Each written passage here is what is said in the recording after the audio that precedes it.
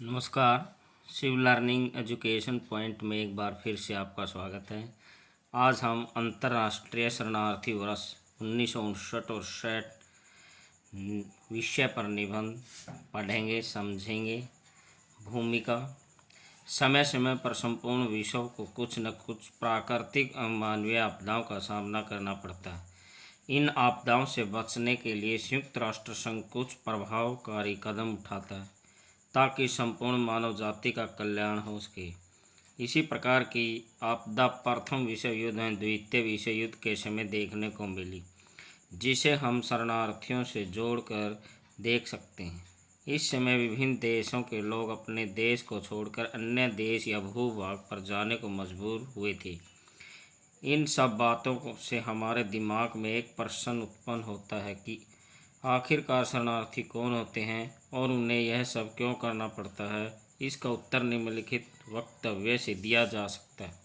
शरणार्थी वे व्यक्ति या व्यक्तियों का समूह होता है जो प्राकृतिक या अप्राकृतिक कारणों से अपना देश या घर छोड़ने को मजबूर हो जाता है, या विशेष अर्थों में यह कह सकते हैं कि जो अपनी जाति, धर्म, राजनीतिक राय, किसी विशेष सामाजिक समूह की सदस्यता, धर्म तथा राष्ट्रीयता के कारण अपना घर या देश छोड़ने पर मजबूर हो जाते हैं। यही कारण है कि संयुक्त राष्ट्र संघ द्वारा हर वर्ष 20 जून को अंतर्राष्ट्रीय विश्व शरणार्थी दिवस मनाया जाता है। वर्ष 2023 में विश्व शरणार्थी दिवस की 22वीं वर्षगांठ मना रहा है। शरणार्थी दिवस क्यों मनाया जाता है तथा इसकी थीम क्या रहती है। 20 जून 2023 को संपूर्ण विश्व शरणार्थी दिवस की अंतर्राष्ट्रीय थीम घर से दूर आशा है। इसके मनाने का मुख्य कारण शरणार्थियों की ताकत और साहस का सामना करना तथा आने वाली चुनौतियों के बारे में जागरूक करना है, क्योंकि जब वे कठिन यात्रा को सहन करते हुए तथा पैदल ही लंबी दूरी तय करनी पड़ती है, यहाँ पर भी उनकी समस्या हल नहीं होती, अपितु उन्हें रास्ते में हिंसा, भेदभाव एवं शोषण का सामना करना पड़ता। इसी बात को आधार बताते हुए यह 2023 का थीम विषय लिया गया है। इसका अभिप्राय है कि संपूर्ण विश्व में उसके सम्मान व सुरक्षा में महत्वपूर्ण भूमिका अदा कर सके, जिससे उन्हें स्वास्थ्य, शिक्षा, रोजगार, अन्य सेवाएं प्रदान की जा सकें। घर से दूर आशा का भावार्थ यही है कि हमें शरणार्थियों की संख्या के आधार पर आंकलन नहीं करना चाहिए, अपितु वे हमारी करुणा तथा दया के पात्र हैं जो अपनी आशाएं व परिवार के साथ यहाँ आए।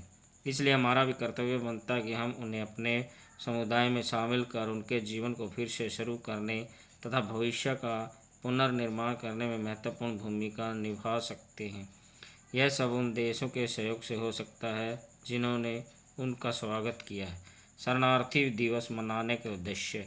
शरणार्थियों की दुर्दशा को समझना। इस दिवस को मनाने का मुख्य उद्देश्य उनकी दुर्दशा को समझना तथा उन्हें जीवन जीने योग्य वातावरण उपलब्ध करवाना शामिल है। यह दिन सभी विस्थापितों के मूल कारणों को समाप्त करने के पक्ष का समर्थन करता है। आज काफ़ी मात्रा में शरणार्थी युद्ध, हिंसा, संघर्ष, धर्म तथा अराजकता के कारण भाग रहे हैं। हमें आज इन सभी समस्याओं को हल करने की आवश्यकता है ताकि यहाँ हर कोई सुरक्षा व संरक्षण में रह सके तथा अपने जीवन को अच्छे ढंग से जी सके। शरणार्थियों की ताकत को पहचानना।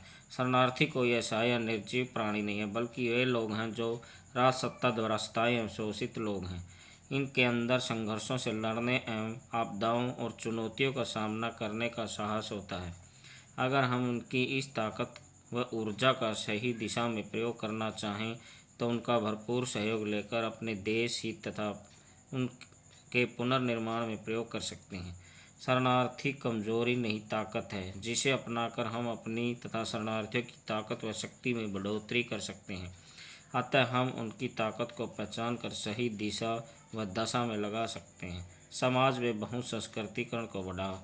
शरणार्थी अनेक पृष्ठभूमियों तथा सथल भूमियों से आते हैं। उन सब की सभ्यता एवं संस्कृति भी अलग अलग होती है। वे जब कभी किसी देश में शरण लेते हैं तो वहाँ बहुसंस्कृतिकरण को बढ़ावा मिलता है। वे अपनी सभ्यता एवं संस्कृति के गुण दूसरे देशों की संस्कृति व सभ्यता को देते हैं। इस प्रकार से एक मिश्रित बहुसंस्कृति का विकास होता है जो किसी भी समाज व देश को समझने के लिए महत्वपूर्ण भूमिका अदा कर सकती है। यह संपूर्ण मानव सभ्यता में उसकी उत्पत्ति व विकास को जानने में लाभकारी होती है। देश की सुरक्षा व राजस्व में वृद्धि।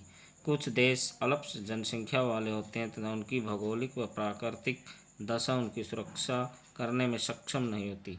जब शरणार्थी किसी देश या अन्य स्थान पर जाते हैं तो वे बड़े साहसी, निडर तथा कुशल लड़ाके होते हैं।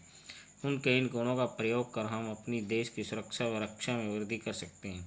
इनको अस्त्र शस्त्रों का अभ्यास कराकर सैनिक कमी को पूरा कर सकते हैं।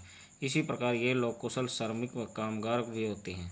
अगर अलग अलग प्रदेशों में आने के कारण ये अलग अलग तकनीकी कुशलता रखते हैं, जिसका प्रयोग हम अपने उद्योगों में लगाकर उनकी कुशलता का लाभ प्राप्त कर सकते हैं तथा अपने राजस्व में वृद्धि कर सकते हैं।